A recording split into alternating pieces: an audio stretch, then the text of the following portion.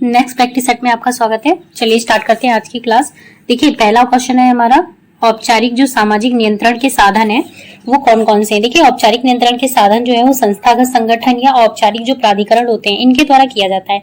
इसमें क्या होते हैं, इसमें जो है राज्य होते हैं, कारावास होता है यानी कानून भी होता है, राज्य भी होता है, कारावास भी होता है, यानी उपरोक्त सभी आंसर हो जाएगा। नेक्स्ट क्वेश्चन देखते हैं। देखिए जल्दी जल्दी मैं इसलिए करा रही हूँ क्योंकि इसमें मैंने 100 क्वेश्चन लिए हुए हैं और ये जो क्वेश्चन है बहुत ही इंपॉर्टेंट है। आप एग्जाम दीजिएगा आपको इन्हीं से सारे क्वेश्चन मिलेंगे। नेक्स्ट क्वेश्चन है हमारा, निम्नलिखित में से कौन सा समाज में परिवर्तन लाने वाले घटकों में शामिल नहीं है। देखिए समाज के जो घटक होते हैं उनको हम 4 भागों में विभाजित करते हैं। पहला है हमारा जैविक, दूसरा है हमारा भौगोलिक और तीसरा है हमारा सामाजिक सांस्कृतिक घटक और चौथा है हमारा तकनीकी घटक। यानी हमारा जो और ऐतिहासिक घटक है ये नहीं हो जाएगा। ठीक है, तो आंसर अगर हम बात करें आंसर की तो वो ऐतिहासिक घटक हो जाएगा क्योंकि इसमें नहीं है पूछा है और हमारे 4 होते हैं। चौथा हमारा कौन सा है वो आप इसमें लिख लीजिए क्योंकि जैविक होता है, तकनीकी होता है और ये होता है। तो चौथा हमारा कौन सा हो जाएगा, ये हमारा सामाजिक व सांस्कृतिक हो जाएगा। नेक्स्ट है हमारा, निम्नलिखित में से कौन सा एक सामाजिक परिवर्तन के मुख्य स्रोतों में शामिल नहीं है। देखिए इसमें भी हमारा नहीं है पूछ लिया है। ऑप्शन देख लेते हैं हमारे, खोज है, आविष्कार है, संकुचन है और जो आंतरिक विभेदीकरण है ये है। तो इसमें हमारा कौन सा हो जाएगा, इसमें हमारा संकुचन जो है वो नहीं हो जाएगा। कौन कौन से इसमें होते हैं वो देख लेते हैं। देखिए इसमें कौन कौन से होते हैं, ये हमारा खोज होता है, आविष्कार होता है और प्रसार और आंतरिक विभेद, ये सारे होते हैं हमारे। ठीक है, तो ऑप्शन नंबर सी हमारा आंसर हो जाएगा। नेक्स्ट है हमारा, घरेलू हिंसा के संदर्भ में कौन सा सही है। तो देखिए घरेलू हिंसा क्या होती है हमारी, घरेलू हिंसा अगर हम अधिनियम की बात करें 2005 वाला जो अधिनियम है उसमें क्या बोला था सर्वोच्च न्यायालय ने कि जो घरेलू हिंसा होती है उसमें क्या कहते हैं, पति पत्नी ही शामिल नहीं होते हैं, उनके भाई बहन हो गए, माता पिता हो गए और रिश्तेदार भी शामिल होते हैं। तो जो इसका ऑप्शन हो जाएगा ये ऑप्शन 4 हो जाएगा। यानी तलाकशुदा जो महिला का पूर्व पति होता है उसे संयुक्त स्वामित्व वाली जो संपत्ति से बेदखल करने की कोशिश करता है तो यह भी घरेलू हिंसा के अंतर्गत आता है। नेक्स्ट है हमारा, अंतरपीढ़ीय संघर्ष की निम्न परिभाषा। अगर इसकी परिभाषा की हम बात करें, परिभाषा क्या है, अंतरपीढ़ीय जो संघर्ष होते हैं पूर्णतः संघर्ष ना होकर तनाव की दिशा से संबंधित होते हैं। तो ये किसकी है, किसने बोला है, तो ये GS धुरे ने बोला है। ठीक है, देखिए जो डिफिनेशन है हमारी उनको हमें डिट्टो वैसे ही याद करनी है। अब देखिए सापेक्ष गरीबी का जो मापन है ये किस विधि द्वारा होता है, तो जो सापेक्ष गरीबी का मापन है वो लॉरेंज वक्र द्वारा भी होता है और गिनी गुणांक के द्वारा भी होता है। यानी ऑप्शन नंबर सी हो जाएगा हमारा, ए और बी दोनों। नेक्स्ट है हमारा, भारत में जो है अपनी जनसंख्या स्थिरीकरण का लक्ष्य कब तक घोषित किया है। तो भारत ने अपनी जनसंख्या स्थिरीकरण का जो लक्ष्य है वो 2070 तक घोषित किया था। इन्होंने पहले क्या किया था, पहले इन्होंने इसका लक्ष्य जो है वो 2045 रखा था, फिर इसके लक्ष्य को इन्होंने बढ़ाकर 2017 कर दिया है। नेक्स्ट है हमारा, किस दशक में भारत की जनसंख्या में ऋणात्मक वृद्धि दर देखने को मिली है। तो ये ऑप्शन नंबर बी यानी 1911 से 1921 में देखने को मिली है। नेक्स्ट है हमारा, लिंगानुपात विषमता जो होती है से निर्धारित महिला भूमिका से किसका संबंध नहीं है। यानी तो इसमें किसका संबंध नहीं होगा। देखिए ये क्वेश्चन रिपीटेड है, ये पिछले प्रैक्टिस सेट में भी पूछा गया है। तो इसमें क्या हो जाएगा, ये ऑप्शन नंबर डी हो जाएगा हमारा। यानी लिंगानुपात जो है विषमता से निर्धारित होता है। इसमें क्या होता है, महिला की भूमिका क्या होती है, जैसे इन लोगों के अकॉर्डिंग अगर माने तो सिलाई बुनाई करना हो गया, खाना पकाना हो गया, खाना परोसना हो गया, घर की साफ सफाई, तो ये सारी चीजें महिलाओं के कार्य हैं। लेकिन जो अध्ययन और अध्यापन का कार्य है ये महिला और पुरुष दोनों का काम है। तो ये उसकी विषमता को नहीं, उसकी समानता को दर्शाता है। नेक्स्ट है हमारा, जो षोडश संस्कार होता है में विवाह किस स्थान पर आता है। षोडश संस्कार में विवाह किस स्थान पर आता है। देखिए ये एक विवाह होता है, इसमें क्या होता है, षोडश संस्कार जिसे हम पवित्र 16 संस्कारों में वर्णन करते हैं। तो इनमें कौन कौन से होते हैं, जैसे गर्भाधान होता है और पुंशवन होता है, सीमांत्रोत्ययन होता है, जात कर्म होता है, नामकरण होता है, ये सारे संस्कार होते हैं। तो इन सारे संस्कार में हम विवाह को क्या करते हैं, वो 15वें नंबर पर रखते हैं। नेक्स्ट है हमारा, जो हिंदू विवाह की प्रकृति है वो क्या है। तो हिंदू विवाह की जो प्रकृति है वो अगर उसको माने तो ये पवित्र संस्कार माना गया है ना। हाँ, तो ये पवित्र संस्कार माना गया है। तो इसको अगर हम माने तो इसको हम धार्मिक मानते हैं। नेक्स्ट है, किसने कहा है कि विवाह का बुनियादी आधार विवाह ना होकर ना कि परिवार का आधार विवाह है। तो ये कौन हो जाएंगे, ये ऑप्शन नंबर सी हो जाएगा हमारा, वेस्टरमार्क। ठीक है। नेक्स्ट है हमारा, किसने कहा है कि धर्म, प्रजा, संतति और रति यानी आनंद हिंदू विवाह के उद्देश्य माने जाते हैं? तो ये कौन सा हो जाएगा हमारा? Option number C, A.K. Kapadia ji ने कहा है। नेक्स्ट है हमारा, कौन मानता है कि एक विवाह है, रहा है और रहेगा, यानी एक विवाह है, रहा है और रहेगा, केवल यह ही सही विवाह का प्रकार है? तो ये किसने बोला है? ये ऑप्शन नंबर बी है हमारे, ठीक है, मेलिनिनोवस्की ने माना है। नेक्स्ट है हमारा, घरेलू हिंसा के वर्णन के संबंध में निम्नलिखित में से कौन सा वक्तव्य सही है? देखिए, घरेलू हिंसा की अगर हम बात करें तो घरेलू हिंसा में क्या हो जाएगा? ये अधिनियम मैंने आपको बताया था 2005 का है। इसमें क्या है? इसमें जो घरेलू हिंसा के अंतर्गत घरेलू परिवेश में किसी व्यक्ति का अगर शारीरिक रूप से, लैंगिक रूप से या मानसिक रूप से या मौखिक दुर्व्यवहार शामिल होता है, तो ये सारी जो कैटेगरी होती हैं ये घरेलू हिंसा के अंतर्गत आती हैं। नेक्स्ट देखते हैं, भारतीय दंड संहिता किस धारा के अंतर्गत पति पत्नी के दुर्व्यवहार की शिकायत कर सकती है? यानी पत्नी जो है पति के दुर्व्यवहार की जो शिकायत है वो किस धारा के अंतर्गत कर सकती है?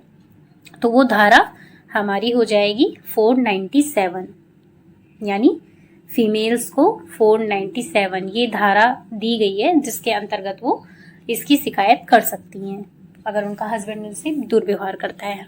नेक्स्ट देखते हैं, शिशु मृत्यु से संबंधित निम्न में से कौन सा कारक है?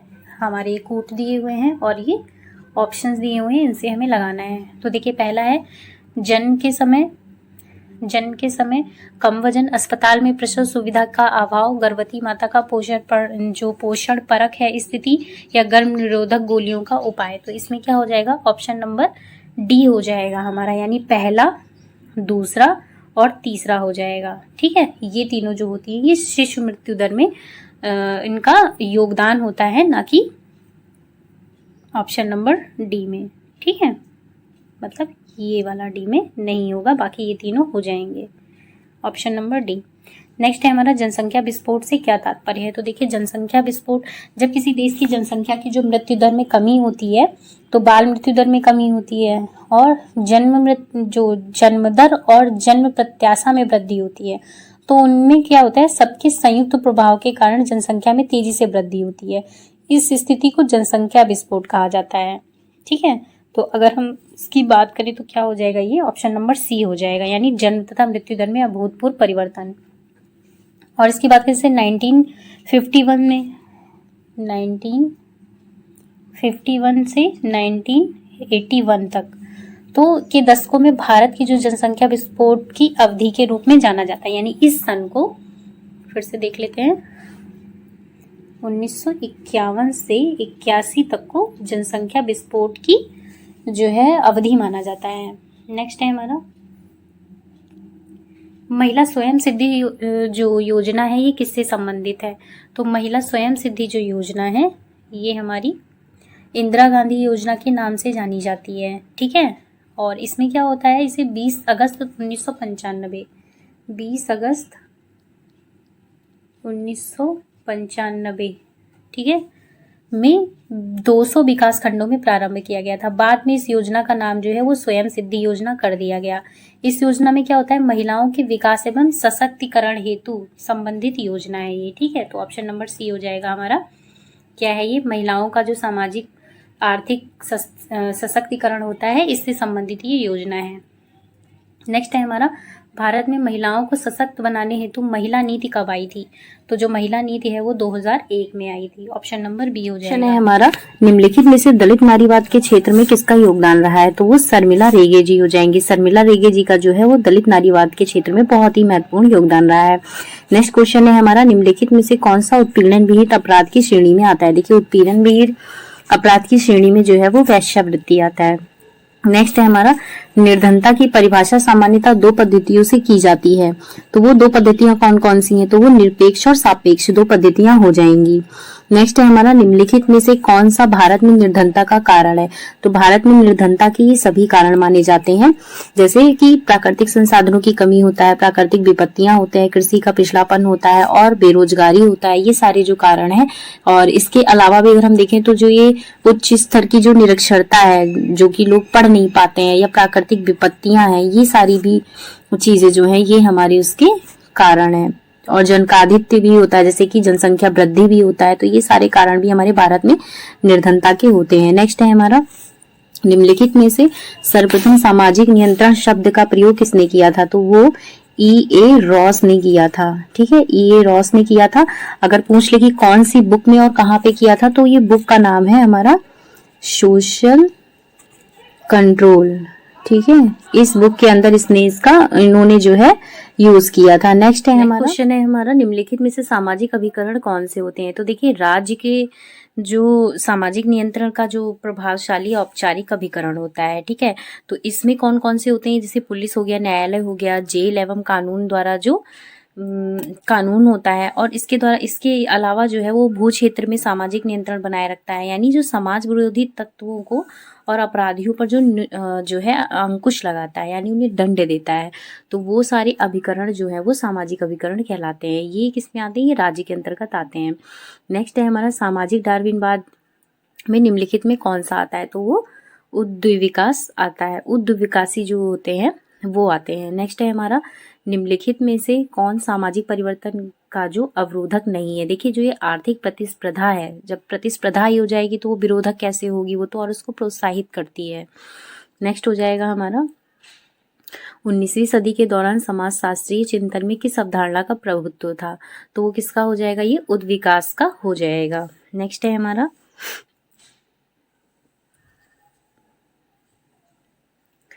हमारा जो ये ग्लूब्यूपिन शरीर के लिए आवश्यक होती है, क्योंकि ये क्या करती है, जो ग्लूब्यूपिन होती है ये क्या करती है, ये एक विशेष प्रकार की प्रोटीन होती है जो क्या करती है कि शरीर में अनेक बीमारियों से शरीर को बचाने का कार्य करती है। नेक्स्ट है हमारा कार्बोलिक अम्ल का पान करने पर रोगी को निम्नलिखित में क्या करना चाहिए। तो सबसे पहले क्या करना चाहिए कि उसे उल्टी नहीं कराना चाहिए। मतलब नहीं कराने के बाद उसको चूने का पानी और अंडे की जो सफ़ेदी है वो पिलाना चाहिए। इससे क्या होता है, इससे उसको लाभ मिलता है। नेक्स्ट है हमारा फैमुलस शब्द का अर्थ क्या होता है। तो ये सेवक होता है। फैमुलस जो है वो इंग्लिश के फैमिली वर्ड से बना हुआ है और लैटिन भाषा के फैमुलस से बना हुआ है, जिसका अर्थ होता है सेवक। नेक्स्ट है हमारा एक व्यक्ति अपने जीवन साथी का चुनाव अपने ही समूह में करता है, तो उसे क्या कहते हैं, तो उसे अंतःविवाह कहते हैं। ठीक है, अंतःविवाह कहते हैं। बाकी ये जो अनुलोम और प्रतिलोम है ये किसके अंतर्गत आता है, ये हमारा अंतर्जातीय विवाह के अंतर्गत आते हैं। नेक्स्ट है हमारा जीवन चक्र की किस अवस्था में जो साधनों की मांग है वो बढ़ती है। तो ये हमारी क्या होता है, ये हमारा विस्तार अवस्था जो होती है इसमें बढ़ती है। ठीक है, जो परिवार की विस्तार अवस्था है उसमें बढ़ती है।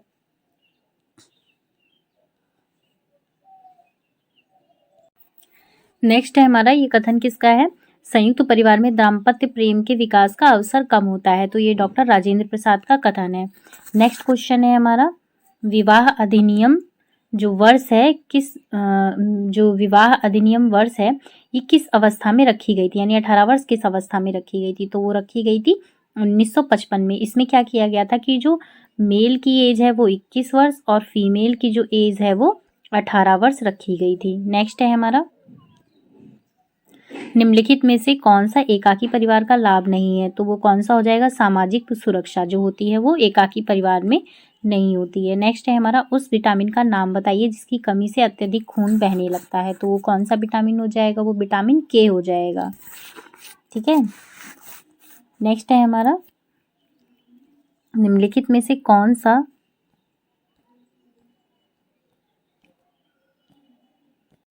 निम्नलिखित में से कौन सा तीव्र जठरांग संबंधी जो संक्रमण पैदा करने वाला जल जनित रोग है। तो वो कौन सा हो जाएगा, ये हमारा हैजा हो जाएगा। ठीक है, हैजा जो है वो मक्खियों द्वारा फैलता है।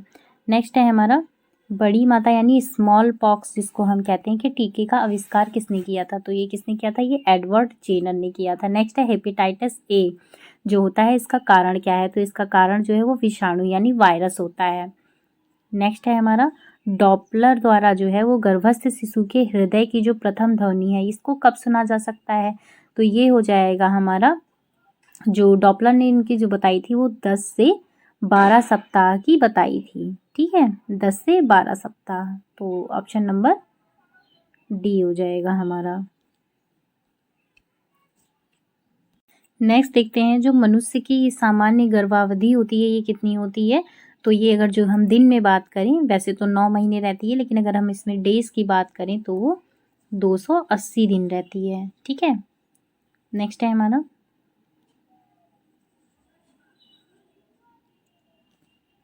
एक गर्भवती महिला के निम्नलिखित में से किस मूल्यांकन परिणाम का पता चलता है कि वह प्रसव के दूसरे चरण में है, तो इसमें का पता चलता है कि जो ये गर्भाशय की जो ग्रीवा होती है ये पूरी तरह से फैली हुई होती है, यानी जो सर्विक्स होती है ये कम्प्लीटली जो है वो फैल जाता है। नेक्स्ट है हमारा एक क्रिया जिसमें गर्भनाल की नसें जो हैं वो प्लेसेंटल मेम्ब्रेन से गुजरती हैं और पूरे गर्भाशय जो होता है उसकी ग्रीवा में ओर छोर तक पड़ी रहती हैं, तो वो क्या कहलाता है, तो वो हमारा जो है वो वासा प्रीविया कहलाता है। ठीक है, इंग्लिश में भी इसको यही बोलते हैं।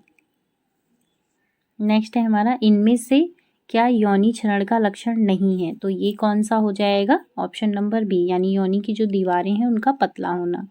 नेक्स्ट है हमारा गर्भावस्था के दौरान अत्यधिक उल्टी के कारण माँ की सेहत बिगड़ने लगती है उसको क्या कहते हैं, तो ये हमारा हो जाएगा ऑप्शन नंबर सी, इसको हाइपरमेसिस ग्रेविटिंग कहते हैं। इसमें क्या होता है कि इसमें बहुत ज़्यादा उल्टियाँ आती हैं, वेट घटने लगता है, और क्या होता है इसमें जैसे पेशाब की कमी हो जाती है, सिर दर्द होता है, बेहोशी होती है, भ्रम की स्थितियाँ होती हैं, पीलिया हो जाता है, अत्यधिक थकान लगती है, बहुत सारी चीज़ें होती हैं जो इसके अंतर्गत आती हैं। नेक्स्ट है हमारा निम्नलिखित में से कौन सा टीकाकरण त्वचीय मार्ग में दिया जाता है, तो वो BCG का टीका होता है। आप देखिएगा आपके जो लेफ्ट हैंड में है उसके यहाँ दिया जाता है, लेफ्ट हैंड में जो बाँह होती है वहाँ पे दिया जाता है, और ये एक छोटा सा निशान छोड़ दिया जाता है जिससे पता चले नेक्स्ट की साक्ष्य के रूप में इसको छोड़ा जाता है कि हाँ ये टीका लगा हुआ है। नेक्स्ट है हमारा फ्रायड की जो साइकोसेक्सुअल थ्योरी है इसकी जो प्रथम अवस्था है ये कौन सी होती है, तो ये ओरल अवस्था होती है जो कि 8 मास की अवस्था होती है। ठीक है, 8 मंथ की होती है ओरल अवस्था। नेक्स्ट है हमारा मनोवैज्ञानिक जिसने संज्ञानात्मक विकास के क्षेत्र में महत्वपूर्ण योगदान दिया है, तो संज्ञानात्मक क्षेत्र के विकास में जो महत्वपूर्ण योगदान दिया है वो जीन पियाजे ने दिया है। निम्नलिखित में से कौन सा किशोरावस्था विकासात्मक कार्य नहीं है, तो ये कौन सा हो जाएगा, ये वस्तु जो स्थिरण प्राप्त करना होता है ये नहीं होता है। ठीक है, इसमें क्या होता है जैसे ये जो है हाँ ये ठीक है, बाकी ये वाले जो तीनों ऑप्शन हैं ये किशोरावस्था के लक्षण होते हैं। ये वस्तु स्थायित्व का गुण है जो कि छोटे बच्चों में होता है। नेक्स्ट है हमारा प्रारंभिक बाल्यावस्था का समय है, तो प्रारंभिक बाल्यावस्था का जो समय है वो 2 से 6 वर्ष का होता है, यानी ऑप्शन नंबर बी हो जाएगा। नेक्स्ट है हमारा जन्म के समय शिशु के सिर की लंबाई पूरे शरीर की कितनी होती है, तो जन्म के समय शिशु की जो लंबाई होती है वो पूरे शरीर की 1/4 होती है। ठीक है, 1/4 होती है। नेक्स्ट है हमारा जिन बच्चों में सामान्य बच्चों के जो जिन स्कूलों में सामान्य बच्चों के साथ विकासात्मक चुनौतियों वाले बच्चों का दाखिला लिया जाता है उन्हें क्या कहते हैं, तो उन्हें हम क्या कहते हैं, उन्हें हम जो है वो संपूर्ण स्कूल कहते हैं। जैसे जिन बच्चों में सामान्य बच्चों के साथ विकासात्मक चुनौतियों वाले बच्चों को दाखिला दिलाया जाता है उन्हें हम संपूर्ण स्कूल के नाम से जानते हैं। नेक्स्ट है हमारा नवजात शिशु में कौन कौन से संवेग पाए जाते हैं, तो नवजात शिशु में जो है वो भय, क्रोध और प्रेम पाया जाता है। जैसे जो नवजात शिशु होते हैं उनमें भय भी होता है, क्रोध भी होता है और प्रेम भी होता है। नेक्स्ट है लड़कों की वार्षिकी जो ऊंचाई होती है वो वृद्धि डैश डैश से डैश डैश सेमी होती है, तो यानी जो हमारा हो जाएगा ये ऑप्शन नंबर ए हो जाएगा, 5 से 6 सेंटीमीटर होती है। नेक्स्ट है निम्नलिखित में से कौन सा विकास का नियम नहीं है, तो विकास के नियम की अगर हम बात करें तो जो ये विकास के देखिए नियम क्या होता है, विकास क्या है, अवस्थाओं की ओर अग्रसर भी होता है और सामान्य से विशिष्ट भी होता है, एक निश्चित क्रम में भी होता है और जो विकास के प्रतिमानों की भविष्यवाणी की जा सकती है। तो इसमें हमारा कौन सा हो जाएगा, ये ऑप्शन नंबर सी हो जाएगा। ये नहीं होता, यानी विकास एक क्रम में नहीं होता है, ये किसी भी फील्ड में हो सकता है और कभी भी किसी भी चीज़ का विकास हो सकता है, ठीक है, और विकास कम या ज़्यादा भी हो सकता है।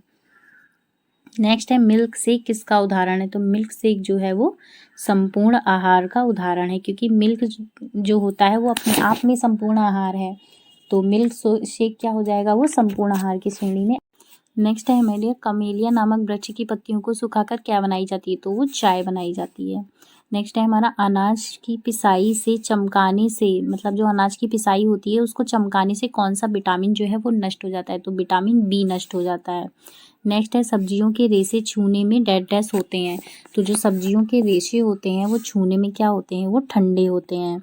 तो ठंडे किस कारण होते हैं, ये O2 की उपस्थिति के कारण होते हैं। नेक्स्ट है हमारा फल तथा सब्जियों के अच्छे स्रोत होते हैं, कौन से होते हैं, तो ये खनिज लवण, विटामिन और रेशे होते हैं। नेक्स्ट है हमारा अंडा और दूध सुरक्षित रहते हैं, ये पौष्टिकीकरण जो होता है उसके थ्रू रहते हैं, तो ये किस टेम्परेचर पे रहते हैं, तो ये 35 से 40 डिग्री फ़ारेनहाइट पर गर्म करके रहते हैं। नेक्स्ट है हमारा तो ये है खाद्य उत्पादन में सही खतरा क्षेत्र कौन सा होता है, तो ये होता है 41 से 135 डिग्री फ़ारेनहाइट होता है। नेक्स्ट है हमारा किस कार्य प्रणाली के द्वारा नमक की उच्च सांद्रता जो है वो परिरक्षण का कार्य करती है, तो वो कौन सी करती है हमारा, ये जैसे नमक नमी को घटाती भी है, एंजाइम्स की सक्रियता को भी घटाती है और माइक्रोब्स के लिए भी आवश्यक ऑक्सीजन के को जो नमक की सांद्रता है वो भी घटाती है, यानी उपरोक्त सभी कार्य होते हैं इसके। नेक्स्ट है पौष्टिकीकरण जो होता है किसके संरक्षण के लिए, तो वो दूध के संरक्षण के लिए होता है। नेक्स्ट है हमारा, इसमें भी देखिए 3 विधि होती हैं, पहली कौन सी होती है, HBS होती है, दूसरी HTST होती है और थर्ड UHTS होती है, ठीक है, तो ये 3 हमारी विधियां होती हैं। नेक्स्ट है एक धात्री स्त्री जिसका शिशु जो है 8 माह का है के अतिरिक्त ऊर्जा की आवश्यकता होती है, तो उसे कितनी ऊर्जा की आवश्यकता होती है, तो उसको जो है 400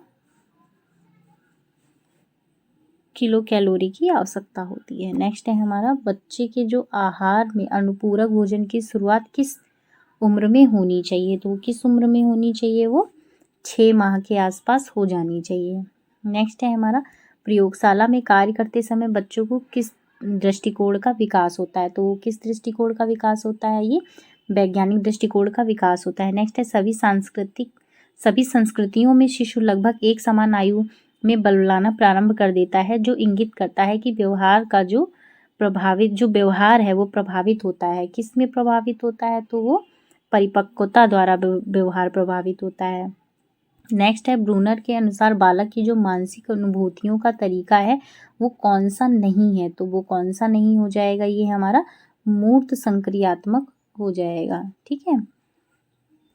नेक्स्ट है हमारा जो सामाजिक स्थिरीकरण है एवं सामाजिक विभाग किससे संबंधित है, तो वो जाति से संबंधित हो जाएगा।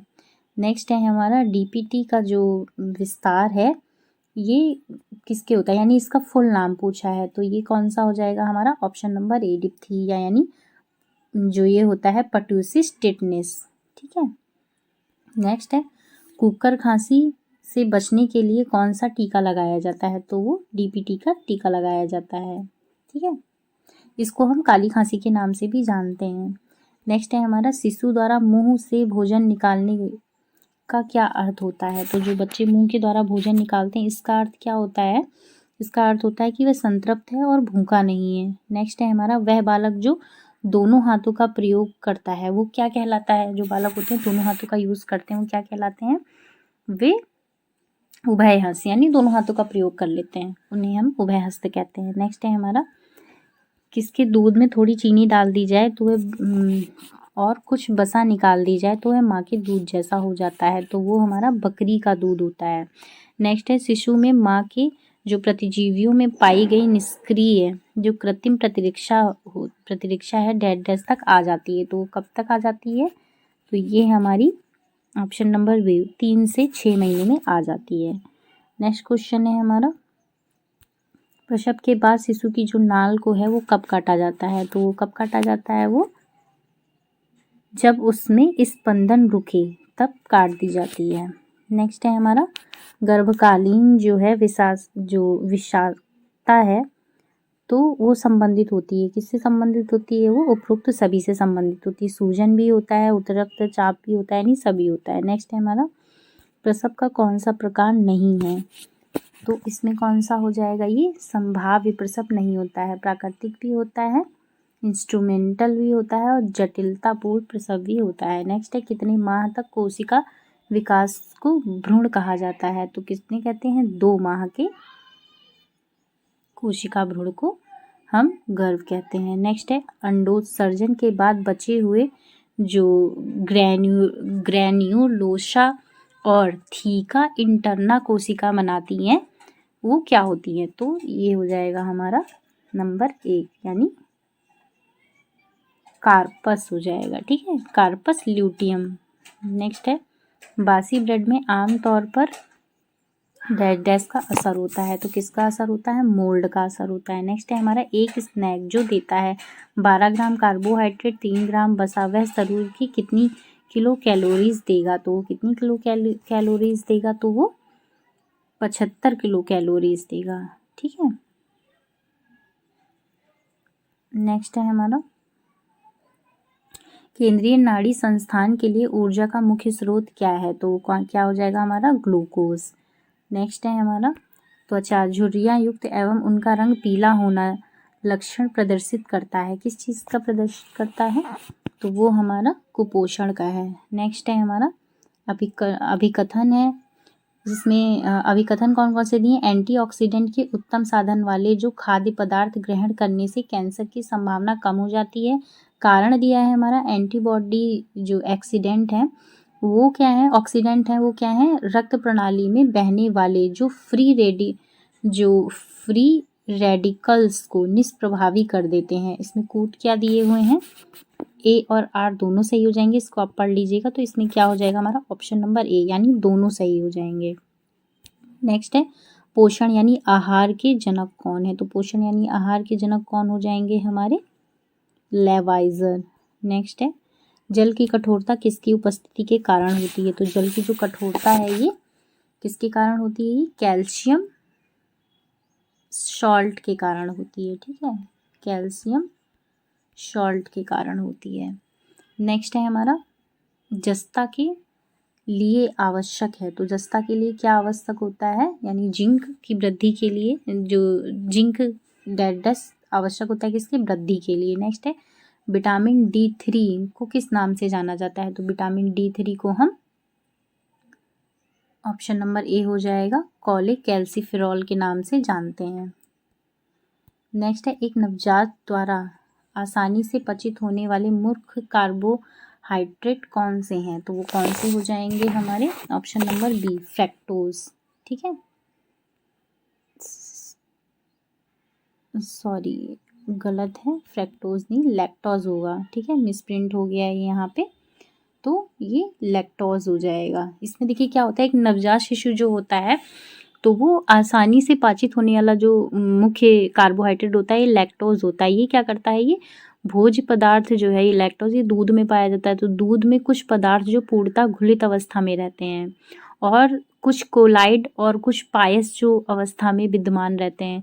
तो दूध में वसा, जल और प्रोटीन, कार्बोहाइड्रेट, खनिज तत्व और विटामिन विद्यमान होते हैं। तो कौन सा हो जाएगा, ये हमारा लैक्टोज हो जाएगा। क्यों, क्योंकि लैक्टोज जो है वो दूध में पाया जाता है और छोटे बच्चे दूध ही पीते हैं।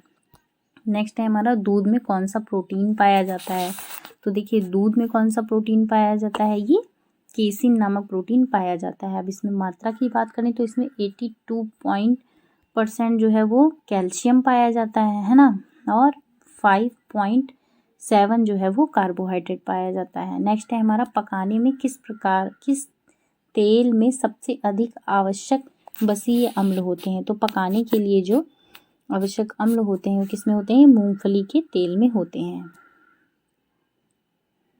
ठीक है, इसको ग्राउंड नट के नाम से भी जानते हैं। नेक्स्ट है हमारा परामर्श प्रक्रिया यानी समस्या और समाधान का जो सम्मिलित प्रयास है, ये किसने परिभाषित किया है? तो ये किसने हो जाएगा? स्ट्रॉन्ग, रूथ स्ट्रॉन्ग के द्वारा। नेक्स्ट है हमारा परामर्श के प्रभावी संचार में सम्मिलित हैं। क्या सम्मिलित होते हैं इसमें? संचार के तत्वों का अभाव। नेक्स्ट है हमारा विश्व स्वास्थ्य संगठन की स्थापना कब हुई थी?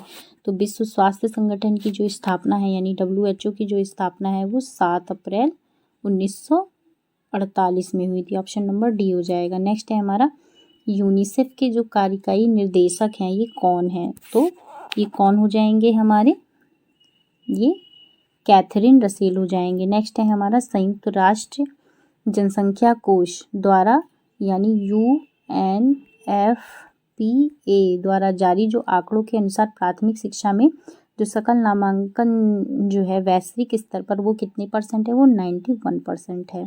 ठीक है, तो मैंने ये जल्दी जल्दी आपको क्वेश्चन कराए हैं ताकि वीडियो बहुत लंबा ना हो जाए। बाकी टॉपिक वाइज वीडियो मैंने अपने चैनल में अपलोड कर दिए हैं, आप इसको देखिएगा और अच्छे से एग्ज़ाम की प्रिपरेशन करिएगा। आई होप आपको ये सेशन पसंद आया होगा। मोस्टली क्वेश्चन इसी से आएंगे। ये सारे प्रैक्टिस सेट के जो मैंने क्वेश्चन लिए हुए हैं बहुत ही इंपॉर्टेंट है, सारे मैंने सिलेबस से लिए हुए हैं। आप इसको देखिएगा, आप जब एग्ज़ाम देके आइएगा तो आप खुद ही पाएंगे कि सारे मैं जो प्रैक्टिस सेट करा रही हूँ इन्हीं से क्वेश्चन आए हुए हैं। आई होप आपको सेशन पसंद आया होगा। Thank you so much.